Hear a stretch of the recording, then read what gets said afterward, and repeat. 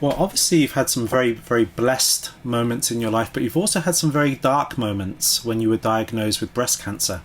And thankfully you're a breast cancer survivor. But in those dark moments, how did you continue to worship God when you were facing such a kind of prognosis? Yeah. Well, it's funny. You know, I kind of flip it. I don't know how my soul would have remained whole without not just the worship of God and the songs of God, but the nearness of God. You know, and, you know, in chemo, which was the toughest thing I've ever walked through, and for anyone who's walking through a cancer journey, my son-in-law is walking through a very real cancer journey right now, and our family's back in the fight, you know.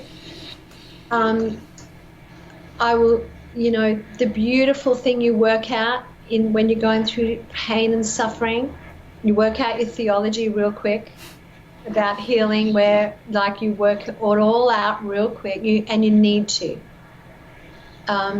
And you understand there is a gift in suffering that you can't get on mountaintops.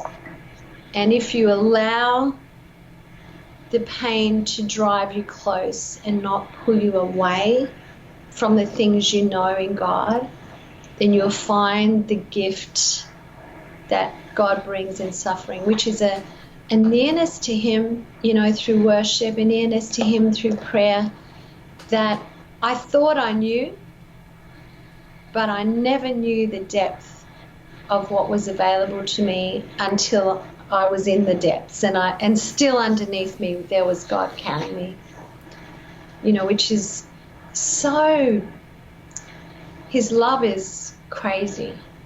His love is crazy. It doesn't mean it's easy, you know. And what I was saying about chemo, every 3 weeks when I was feeling better, I would lead worship. I wanted to declare the goodness of God even when life was very, very tough. I found it, I'm sure for some people in our own church it was uncomfortable. You know, I was wearing a wig, had to be careful not to bob my head too much so my wig didn't fly off and hit someone in the face.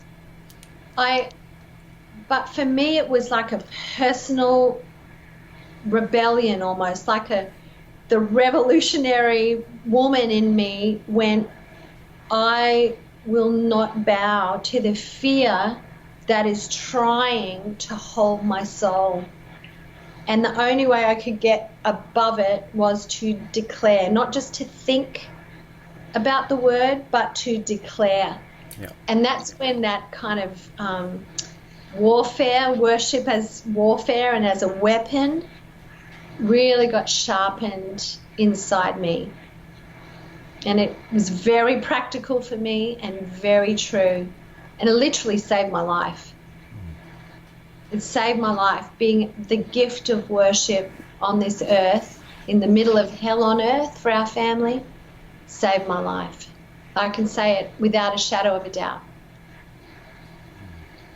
So it really was a miracle of God.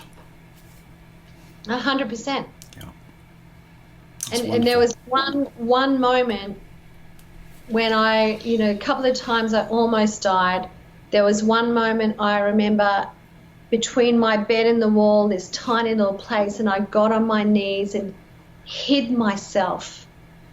I didn't think I could survive on earth, and I wasn't ready for heaven. I'm like, I know it's there, but I'm not ready.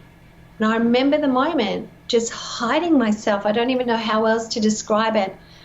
And like talking to God in a way I never had before. And then later I felt exhausted, and a friend of mine who was visiting to help look after me actually, and she came up and she jumped into bed with me and she puts on the song You Make Me Brave, the Bethel song. Because I actually found a lot of songs with a lot of lyrics a bit too much for me in that season. I listened to a lot more instrumental worship and read the Psalms. So she's like, you're going to listen to this song. I'm like, no, I don't want to hear it. I don't feel very brave. And she's like, no, we're going to worship to this song now. Just be quiet. And she played it, and I was weeping. And I'm like, that's an amazing song. I don't feel brave. And she says, well, we're going to play it until you believe it. That's a good friend right there. She played that song, You Make Me Brave, You Make Me Brave. You know, what's the words? You stand beyond the shores and I don't know, something about the waves anyway. And that too shifted something inside of me. But that was a friend who, because I was feeling out of the race, and she pulled me back in the race through worship.